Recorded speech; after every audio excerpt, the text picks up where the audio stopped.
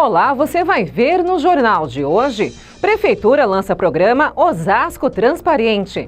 Organização Internacional alerta para risco de nova epidemia de Zika no Brasil.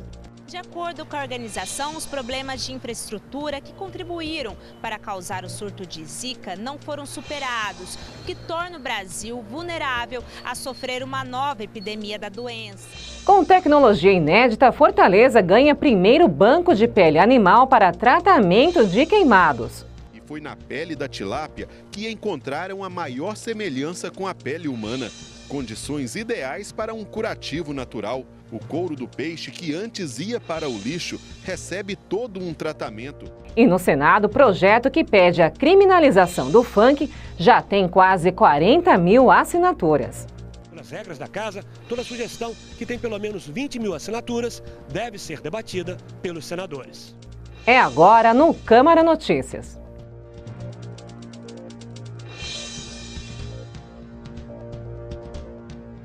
O prefeito Rogério Lins lançou nesta quinta-feira o programa Osasco Transparente e oficializou a adesão ao programa federal Brasil Transparente. No evento que aconteceu na Sala Osasco, foram empossados os membros da Comissão Municipal de Acesso à Informação e da Rede de Interlocutores. Os dois grupos serão formados por servidores públicos e serão responsáveis pela implementação e fiscalização do cumprimento das exigências legais de acesso à informação. Na ocasião, o prefeito Rogério Lins destacou que este é um ato histórico, já que a lei que garante o acesso à informação deveria ter sido regulamentada há 4 anos. Pelo decreto, a Prefeitura irá disponibilizar a partir do dia 24 de julho, entre outros canais, o portal da Transparência, no endereço eletrônico transparência.osasco.sp.gov.br e também o Serviço de Informação ao Cidadão, o SIC, que dará a possibilidade do cidadão solicitar alguma informação que não tenha sido divulgada no portal da Transparência. O acesso ao SIC poderá ser feito pelo próprio portal da Transparência, pelo site da Prefeitura ou também pelo telefone 156 e pelo telefone da Ouvidoria Municipal, que é o 0800 771 1175. E uma parceria entre o governo federal e as companhias aéreas está ajudando a diminuir o sofrimento de quem está na fila de espera por um transplante. Só no primeiro trimestre deste ano, o aumento do transporte aéreo de órgãos foi de 35%, na comparação com o mesmo período do ano passado. Quem olha a Ireunice não imagina que há pouco mais de um ano ela estava doente e na fila do transplante para receber um fígado novo. Graças a um doador de 23 anos, morador de Aracaju, ela teve uma nova oportunidade de viver. Ireunice se emociona ao falar da ajuda que recebeu. Eu não sei quem é, que nós não podemos saber, mas todos os dias eu peço a Deus que abençoe a família, porque a família é a principal responsável, não é isso? Nós atualmente estamos precisando de muitos transplantes, a fila está enorme. Só no primeiro trimestre desse ano, o número de transplantes subiu 35% se comparado ao mesmo período do ano passado. A parceria entre o governo federal e as companhias aéreas para o transporte desses órgãos foi decisiva para esse aumento. Sempre observando a lista, né? Por isso a Central Nacional entra em cena, porque ela administra a lista para ver quem é o próximo doente a ser beneficiado.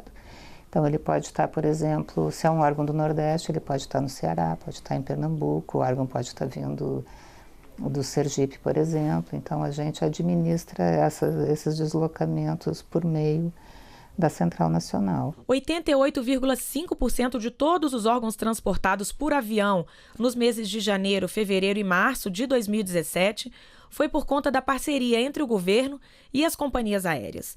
Nesse período foram 330 órgãos, 818 tecidos e 606 outros itens transportados. No total, quase 2 mil. Durante todo o ano de 2016, 6 mil itens foram transportados. O Dr. André foi quem fez a cirurgia da Ireunice. Ele conta que o número de doadores ainda é muito menor do que a quantidade de pessoas que precisa de um órgão novo, mas garante que poder contar com o apoio das companhias aéreas e da Força Aérea Brasileira, a FAB, tem mudado a vida de muita gente. Essa parceria com as companhias aéreas, com a Força Aérea Brasileira, com a polícia, com os bombeiros, permite que as equipes façam captação de órgãos à distância, em outros locais.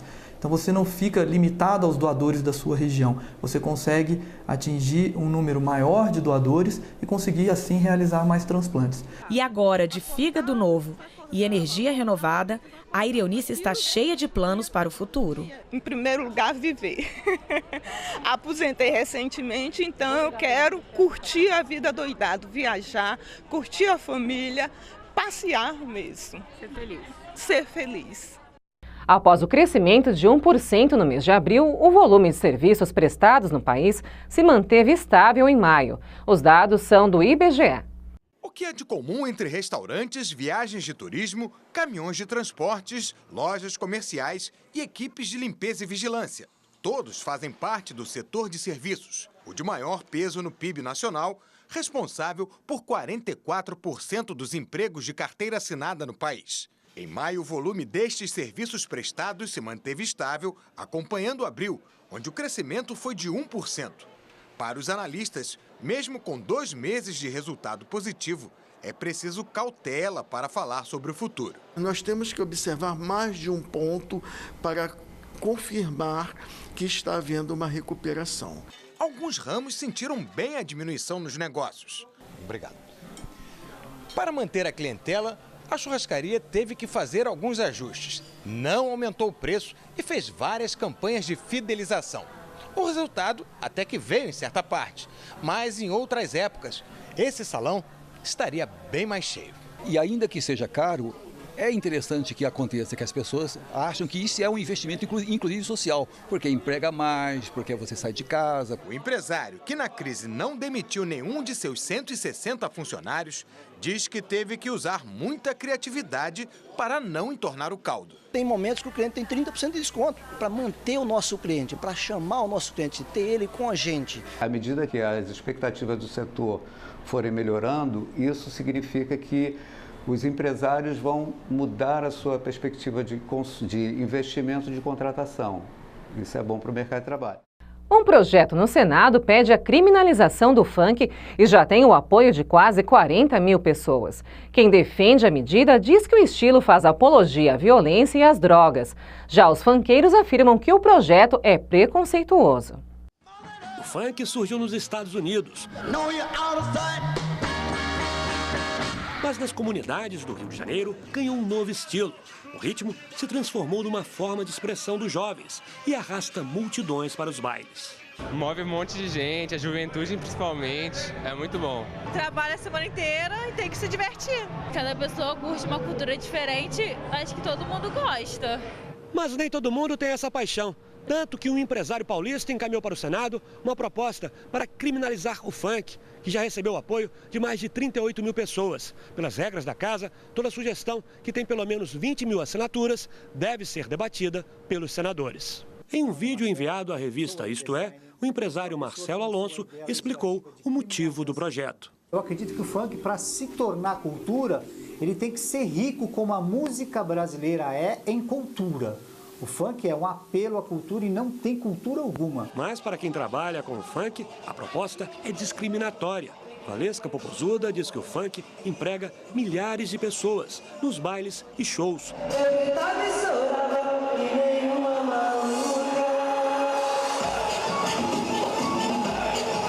Eu tenho uma equipe linda e maravilhosa que depende do meu trabalho, depende de mim, para sobreviver, para ser feliz. E como tem vários jovens de comunidades que sonham em ser uma Valesca, sonham em ser uma Anitta, uma Ludmilla, e aí buscam o quê? Oportunidades na vida que outras pessoas não dão, mas o funk dá. MC Leonardo diz que o funk já sofre com a repressão e que diversos bailes foram fechados pela polícia no Rio de Janeiro. Todo proprietário, todas as pessoas responsáveis por produzir o funk na cidade ficam com medo de ter problema com a polícia. E aí o playboy, as grandes festas deitam e rolam. Bob Rum fala que a discriminação contra os funkeiros é antiga.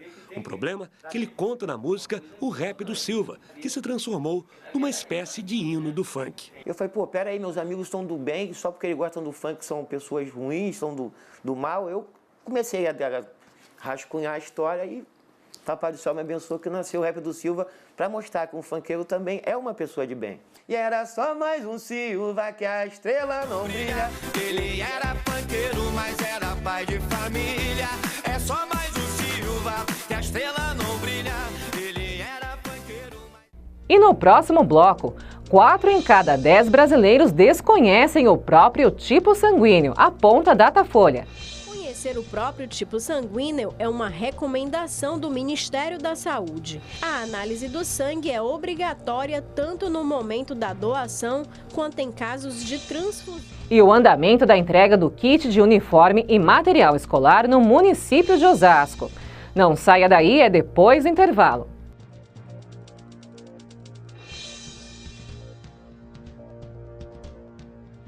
Quem doa sangue regularmente pode estar ajudando uma pessoa que nunca viu na vida.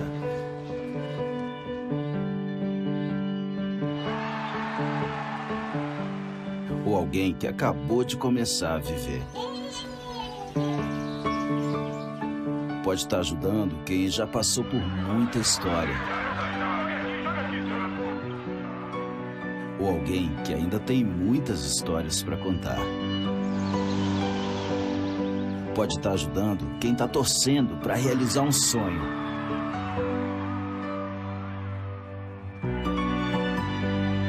Ou alguém que está torcendo para ser ajudado. Quem doa sangue regularmente pode até não saber quem está ajudando, mas sabe que está ajudando muita gente. Ministério da Saúde, Governo Federal.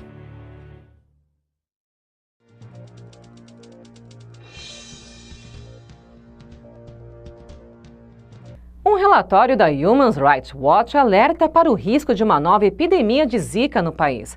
Segundo a organização, não foram feitos investimentos em saneamento básico, fundamentais para evitar a proliferação do mosquito.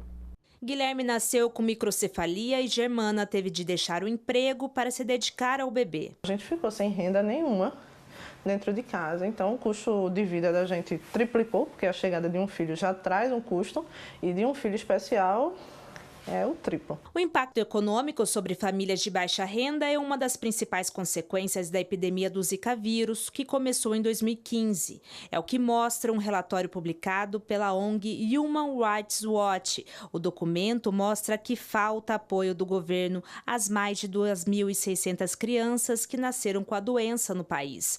Cássia é mãe de Davi. Eles gastam cerca de 4 horas para ir e voltar do hospital, onde o menino é atendido pelo menos 3 vezes por semana. Você deixa de viver sua vida para viver a vida do seu filho. Se o governo nos ajudasse com alguma forma, com alguma coisa, o básico que eu pedi foi um transporte, que isso já ia me ajudar muito. Em maio deste ano, o governo declarou o fim da emergência, mas o estudo alerta que o risco não acabou. De acordo com a organização, os problemas de infraestrutura que contribuíram para causar o surto de Zika não foram superados, o que torna o Brasil vulnerável a sofrer uma nova epidemia da doença. Em todo o país, 1/3 da população não tem acesso contínuo à água. E na região Nordeste, que foi mais afetada pelo surto de Zika, só 25% da população tem acesso à rede de esgoto. O armazenamento de água e a falta de saneamento básico contribuem para a proliferação do mosquito que transmite a doença. Investimentos estruturais de saneamento não fazem parte da resposta do governo à epidemia de Zika. Além disso, falta informação. Grávidas dizem que profissionais do SUS não as alertaram sobre como se proteger, nem do risco da transmissão sexual do vírus. Esse é o padrão de distribuição do serviço no Brasil, um padrão discriminatório que deixa para trás as pessoas mais pobres. É necessário colocar água e esgotamento sanitário como uma prioridade nacional absoluta e olhar para esses serviços através de uma ótica dos direitos humanos. Uma pesquisa revelou que 4 em cada 10 brasileiros não sabem responder qual é o próprio tipo sanguíneo. E essa é uma informação importante que pode salvar vidas. Uma informação básica passada para os pais logo no nascimento da criança. Mas não há 76 anos, quando seu Vadi nasceu. Ele só descobriu o tipo sanguíneo muito tempo depois. Fazer uma cirurgia e aí foi preciso eu colher o sangue para saber o tipo de sangue que eu tinha. Porque esse tempo do meu nascimento era atrasado, não era que nem hoje, né? Uma pesquisa do Datafolha revelou que 40% dos brasileiros admitem não saber o próprio tipo sanguíneo e muitas vezes só descobrem em um momento de necessidade. Para a transfusão, é preciso haver compatibilidade entre o sangue do doador e do receptor. É o grupo O, que não tem antígenos, né, mas tem anticorpos. E recebe um sangue do grupo A, a reação para esse paciente é imediata, podendo ter problemas graves, inclusive a morte. Conhecer o próprio tipo sanguíneo é uma recomendação do Ministério da Saúde. A análise do sangue é obrigatória tanto no momento da doação quanto em casos de transfusão. Mas ter essa informação é fundamental para agilizar o atendimento em casos de urgência e emergência. O paciente ser atendido no momento de uma urgência e o sangue já estiver tipado, previamente tipado, ele tiver ciência de fato, de uma forma oficial e de uma forma que essa informação seja de fato real e fidedigna, isso facilita com que o sangue que ele vai receber seja logo disponibilizado e evite que haja alguma incompatibilidade. Em coletiva na quinta-feira, o prefeito Rogério Lins informou que os kits de uniforme escolar não devem ser entregues aos alunos da rede municipal este ano. A justificativa é que processos judiciais movidos por empresas concorrentes estão atrasando o processo de licitação, que não foi feito pela gestão anterior. Nos próximos anos, a ideia da prefeitura é que parte das peças sejam produzidas por cooperativas de costureiras aqui mesmo na cidade. Já em relação ao material escolar, o impasse está perto de ser resolvido e a previsão é que esses kits cheguem às escolas em 10 de agosto. Você já ouviu falar de futebol para cadeirantes? Pessoas com deficiências sérias provam que podem praticar o esporte mais amado do país. Na quadra, o objetivo é fazer gols. Esse é o Power Soccer, que é disputado em cadeiras de rodas e tem regras parecidas com as do futebol. Para empurrar a bola, as cadeiras de rodas ganham barras de ferro e as equipes são formadas por 3 jogadores na linha e 1 no gol. A modalidade foi criada há 25 anos e permite que pessoas com deficiências severas, como tetraplegia, pratiquem o esporte. Eles não têm outro esporte para eles praticarem. É o Power Soccer que a gente tem que praticar, porque a lesão é alta, são Duchenne, distrofia muscular de Duchenne. Então eles não têm outro esporte, não pode jogar basquete, não pode jogar handebol, não pode jogar qualquer outra coisa. Eles querem futebol. E como o futebol é o Brasil, né? O Brasil é o futebol, é o que eles amam, é o que eles querem fazer. No Brasil existem 5 times de Power Soccer. Um deles é o Clube Novo Ser. Criado em 2011, tem uma trajetória de vitórias, como uma Copa Libertadores das Américas e 4 campeonatos brasileiros. Viviane é uma das atletas do Novo Ser. Entrou para a equipe há 3 anos. O esporte modifica a vida? Modifica a vida, tanto saúde, social. Tem que vir, porque muda tudo, é muito bom jogar. O Power Soccer já é disputado em 28 países e o grande sonho dos praticantes da modalidade é participar de uma Paralimpíada, o que vai acontecer pela primeira vez nos Jogos de Tóquio em 2020, mas ainda como esporte demonstração que não vale medalhas. Se tudo correr bem, aí sim, em 2024, o Power Soccer passará a fazer parte do programa oficial da Paralimpíada. Fernando começou a jogar Power Soccer há 6 meses. Foi um caso de amor à primeira vista. Agora a meta é defender a equipe brasileira nos Jogos Paralímpicos. Um sonho, sim, um sonho. Ser um atleta paralímpico e defender meu país, perfeito. Jogando futebol, melhor ainda. E veja em instantes. Com tecnologia inédita, Fortaleza ganha primeiro banco de pele animal para tratamento de queimados. Ao longo desses 3 anos de estudo, 105 pacientes foram submetidos à nova técnica. O tratamento com a pele da tilápia diminui de 2 a 3 dias a cicatrização. Mineirinho treina equipe de skatistas de olho em Tóquio. Ele ajuda a gente a mandar manobra, faz várias coisas. Outros preferem o bowl e não é difícil de entender o porquê. É o maior bowl da América Latina. Não perca, é no último bloco.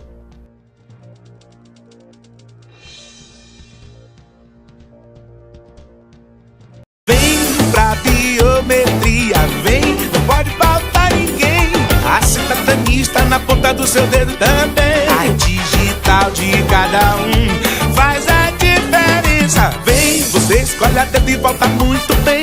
Por isso mesmo não pode faltar ninguém.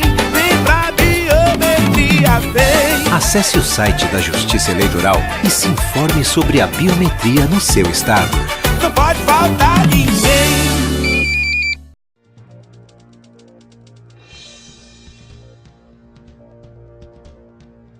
Uma das novidades para os Jogos Olímpicos de Tóquio em 2020 é a inclusão do skate, modalidade que o Brasil tem muita tradição. E jovens talentos estão sendo treinados em um espaço comandado pelo campeão mundial Sandro Dias, o Mineirinho. E a equipe da TV Brasil foi até lá conferir esse trabalho.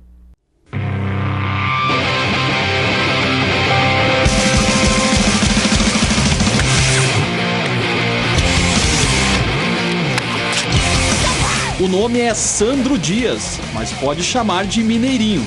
São 32 anos no skate e tantas conquistas que ele mesmo não sabe quantas foram. Sou 6 vezes campeão mundial, 3 vezes campeão europeu, recordista mundial de aéreo, que é o voo mais alto para cima da rampa, né, 4,20 metros de altura. Algumas medalhas de X Games, que mais? Acho que só, sei lá. Campeão brasileiro, acho que 1 ou 2 vezes, agora não lembro.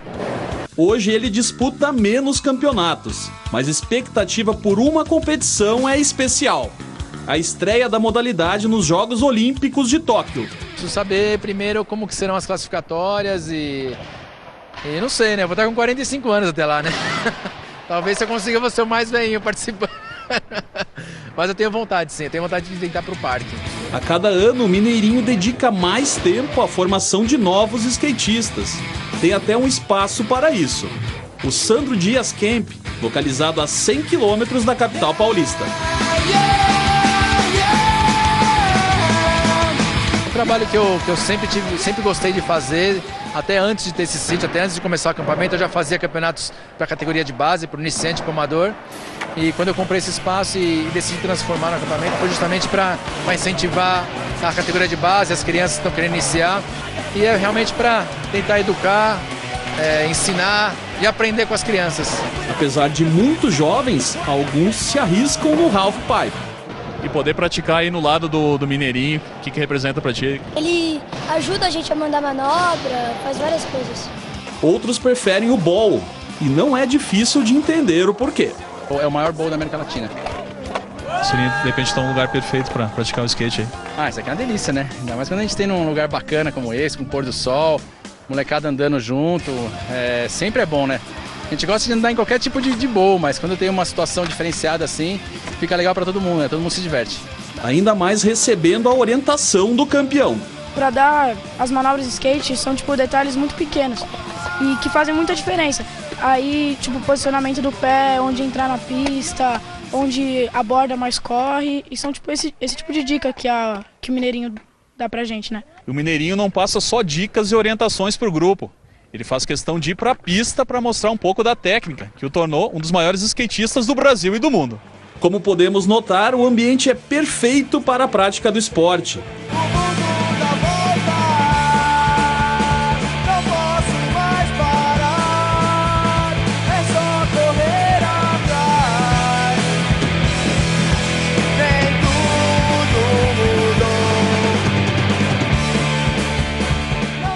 Foi inaugurado na quinta, em Fortaleza, o primeiro banco de pele animal do Brasil.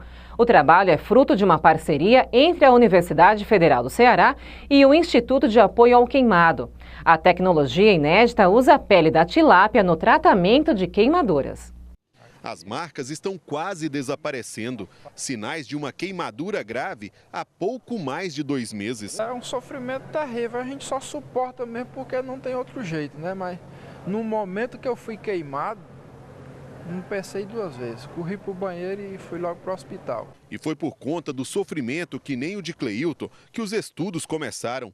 Dores diárias decorrentes das queimaduras e a demora na cicatrização relatadas pelos pacientes estimularam a pesquisa. Um quadro doloroso, não só do lado sofrimento de dor física como dor psíquica, né? O estudo teve início em 2014. Quando começaram, os pesquisadores analisaram diversos materiais e foi na pele da tilápia que encontraram a maior semelhança com a pele humana.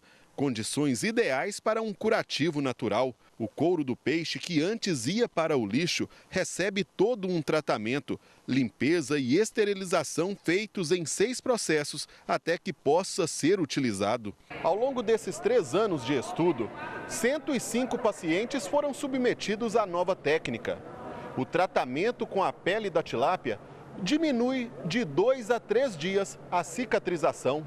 Por enquanto, o tratamento vai ser disponibilizado apenas para pacientes de grupos de estudo. Seu uso em grande escala depende de autorização dos órgãos de saúde. Isso vai depender do registro junto à Anvisa, né? Só após o registro junto à Anvisa é que ela será disponibilizada para ser utilizada nos hospitais. Com os bons resultados da pesquisa, Fortaleza passa a contar com o primeiro banco de pele animal do país.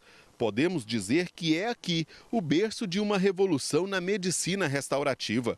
Quem precisou do tratamento não disfarça a satisfação em ter contribuído com o estudo. Caso de Ana Carolina, que em maio teve parte do corpo queimado ao fazer comida em casa. Com 13 dias já vi resultado. Sumiu as manchas, está voltando ao normal minha pele, graças a Deus. Você vai fazer Enem esse ano e fez uma pausa nos estudos agora nas férias? Pois saiba que tem concorrente que não parou de estudar nem nesse mês. Os cursinhos estão lotados de quem não quer perder tempo na corrida por uma vaga na universidade. Salas de aula lotadas em pleno mês de julho.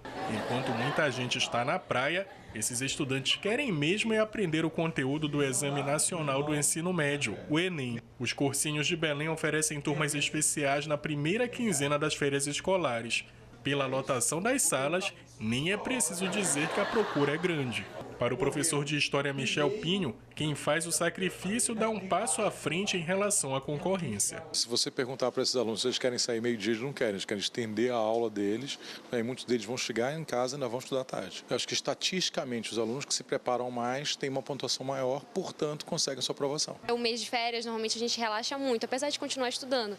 Então eu optei por continuar tendo aula e conseguir pegar os últimos dias de férias sozinha no livro, sem ter aula e conseguir fazer o meu horário. Com 28 anos de experiência em cursinhos, o professor Bechara separa algumas dicas para os estudantes seguirem nessas férias, que não são tão férias assim para esses alunos. Tomar água, alimentar-se bem, a cada 3 horas alguma alimentação e dormir regularmente são fatores essenciais para melhorar a aprendizagem. E a gente precisa estudar em alguns momentos ao longo da semana. Lembrando que quando a gente está no processo de aprendizagem, essencial é resolver exercícios ou construir textos. Vamos conferir agora como fica o tempo para a Grande São Paulo. As informações são da Clima Tempo. O ar seco cobre todo o estado de São Paulo nesta sexta-feira e o dia será bastante aproveitável para atividades ao ar livre. O sol brilha forte o dia todo, não há expectativa de chuva e o ar fica bastante seco durante a tarde. Há possibilidade de névoa no período da manhã, mas que logo vai se dissipar e o sol já vai aparecer. A mínima prevista para a capital é de 13 graus e máxima de 24 graus. Em Mogi das Cruzes, mínima de 12 e máxima prevista de 23 graus. Eu sou Fernanda Lucena e este foi o Câmara Notícias. Obrigada pela sua companhia. A gente se vê na próxima edição. Até lá!